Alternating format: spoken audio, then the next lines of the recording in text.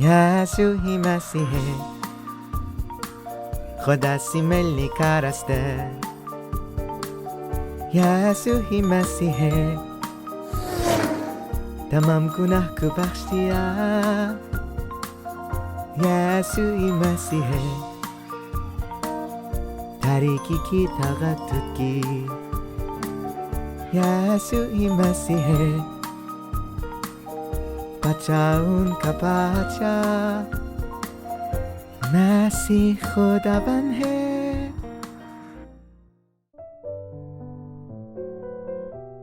یسوع مسیح ہے انجیل کا آغاز.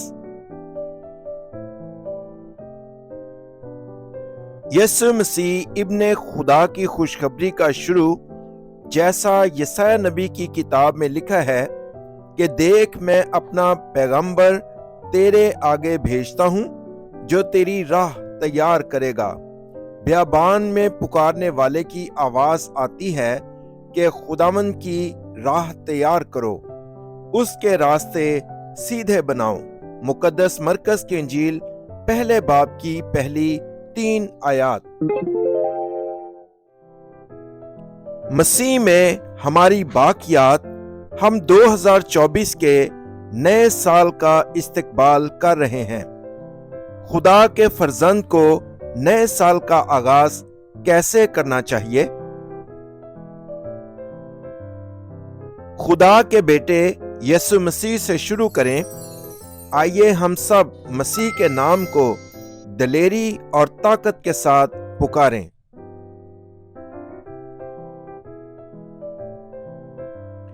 یسوع ہی مسیح ہے، میں خدا کا فرزند ہوں. تمام مشکلات ختم ہوئیں. اے شیطان دور ہو، روح القدس سے معمور ہوں. عالمی انجیلی بشارت زمین کی انتہا تک میں خدا کا گواہ رہوں گا. مقدس مرکز کی انجیل پہلے باب کی پہلی 8 آیات ایک پیش گوئی ہے جو یسایا نبی نے 700 سال قبل مسیح میں مبشر یوحنا بپتسمہ دینے والے کے بارے میں کی تھی، جو یسوع کے زمانے میں ظاہر ہوگا. مبشر یوحنا بپتسمہ دینے والا ظاہر ہوا اور کہا کہ وہ مسیح کے لیے راستہ تیار کرے گا. پیدائش 3 باب کی 15ویں آیت.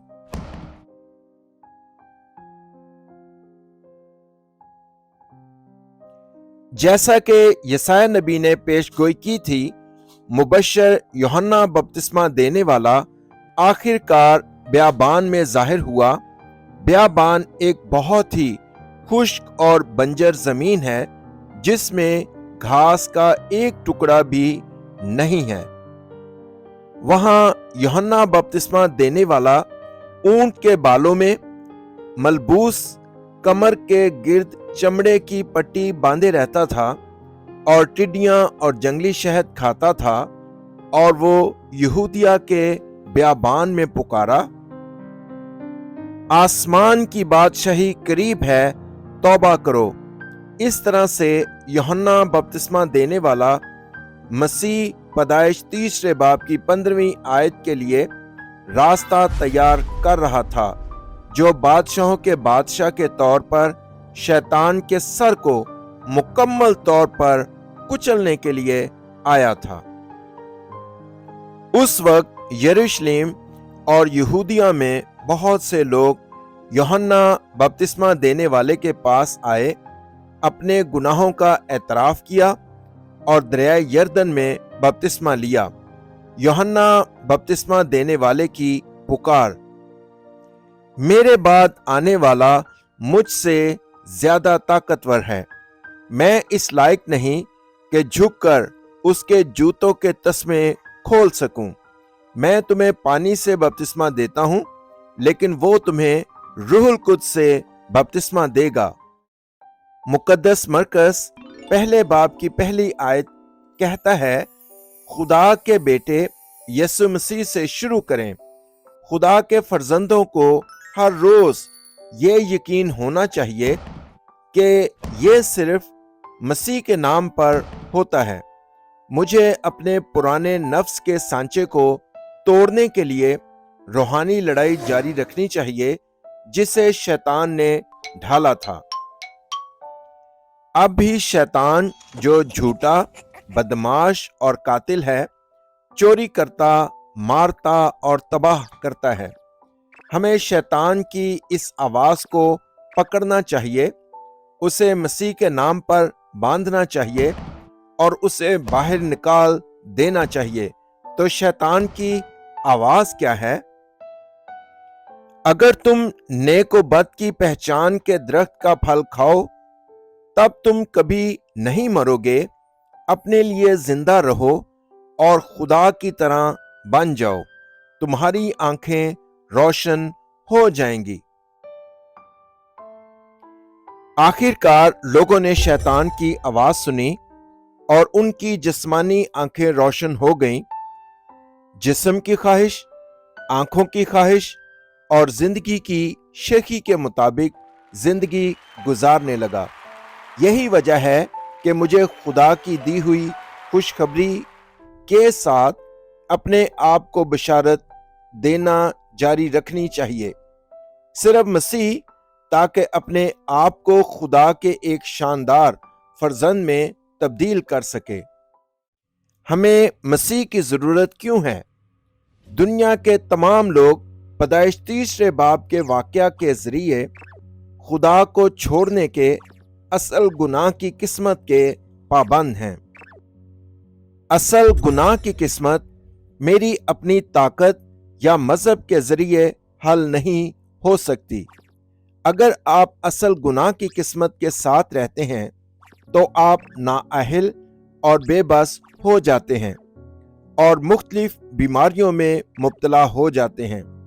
آپ کا دماغ بیمار ہو جاتا ہے اور آپ کو دوسروں کی مدد کی ضرورت ہے، اور پھر بھی میں تبدیلی سے انکار کرتا ہوں، اس لیے آپ دوسروں پر برا اثر ڈالتے ہیں۔ اپنے ہی فریم میں پھنس کر آپ ساری زندگی شیطان کے بندے بن جاتے ہیں۔ آپ کا کوئی بھی رشتہ ٹوٹ جائے گا اور آپ نفرت، غصے اور زخموں کے ساتھ جیتے ہیں۔